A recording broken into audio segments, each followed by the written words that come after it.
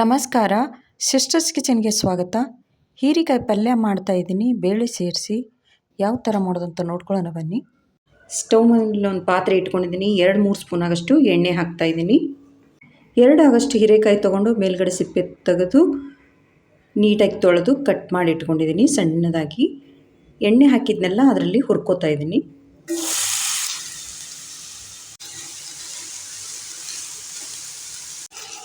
ಹೀರೆಕಾಯಿನ 2-3 ನಿಮಿಷ ಎಣ್ಣೆಯಲ್ಲಿ ಹುರ್ಕೊಂಡಿದ್ದೀನಿ. ಇಷ್ಟ ಆದರೆ ಸಾಕು. ಒಂದು ಪ್ಲೇಟಲ್ಲಿ ಎತ್ತಿಟ್ಕೋತಾ ಇದ್ದೀನಿ. ಅದೇ ಪಾತ್ರೆಯಲ್ಲಿ ಇನ್ನೊಂದು 2 ಸ್ಪೂನ್ ಆಗಷ್ಟು ಎಣ್ಣೆ ಹಾಕ್ತಾಯಿದ್ದೀನಿ.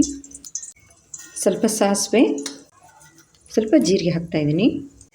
ಸಾಸಿವೆ ಜೀರಿಗೆ ಎಲ್ಲ ಚಟಪಟ ಅಂತ ಇದೆ. ಸಣ್ಣದಾಗಿ ಒಂದು ಈರುಳ್ಳಿ ಕಟ್ ಮಾಡಿ ಇಟ್ಕೊಂಡಿದ್ದೀನಿ.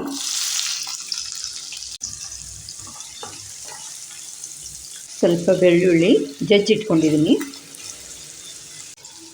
1 ಟೊಮ್ಯಾಟೊ ಹಾಕ್ತಾಯಿದ್ದೀನಿ, ಸಣ್ಣದಾಗಿ ಕಟ್ ಮಾಡಿ ಇಟ್ಕೊಂಡಿದ್ದೀನಿ.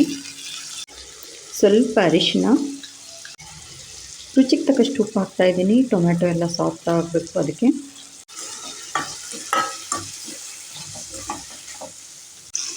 ಅರ್ಧ ಕಪ್ ಆಗಷ್ಟು ತೊಗರಿಬೇಳೆ ತೊಗೊಂಡು 2 ಗಂಟೆಗಳ ಕಾಲ ನೆನೆಸಿಟ್ಕೊಂಡಿದ್ದೀನಿ.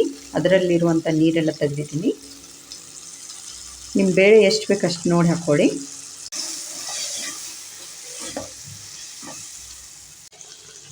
ಸ್ವಲ್ಪ ರೆಡ್ ಚಿಲ್ಲಿ ಪೌಡ್ರು, ಖಾರ ಎಷ್ಟು ಬೇಕು ಅಷ್ಟು ನೋಡಿ ಹಾಕ್ಕೊಳ್ಳಿ. 1 ಸ್ಪೂನ್ ಆಗಷ್ಟು ಮಸಾಲೆ ಖಾರ ಹಾಕ್ತಾಯಿದ್ದೀನಿ. ಇದ್ದರೆ ಹಾಕ್ಕೊಳ್ಳಿ, ಇಲ್ಲಾಂದರೆ ಗರಂ ಮಸಾಲ ಹಾಕ್ಕೊಳ್ಳಿ.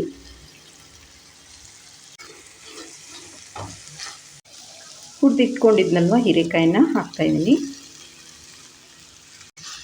ಇವಾಗೆಲ್ಲ ನೀಟಾಗಿ ಮಿಕ್ಸ್ ಮಾಡ್ಕೊತೀನಿ. ಸ್ವಲ್ಪ ಕೊತ್ತಂಬರಿ ಸೊಪ್ಪು, ನಾನಿಲ್ಲಿ ಸ್ವಲ್ಪ ನೀರು ಹಾಕ್ತಾಯಿದ್ದೀನಿ. ನಿಮಗೇನಾದರೂ ಗ್ರೇವಿ ಬೇಕಂದರೆ ಸ್ವಲ್ಪ ನೀರು ಹಾಕ್ಕೊಳ್ಳಿ, ಬೇಡ ಅಂದರೆ ಡ್ರೈ ಬೇಕಂದರೆ ಇದೇ ಥರ ಮಾಡ್ಕೊಳ್ಳಿ.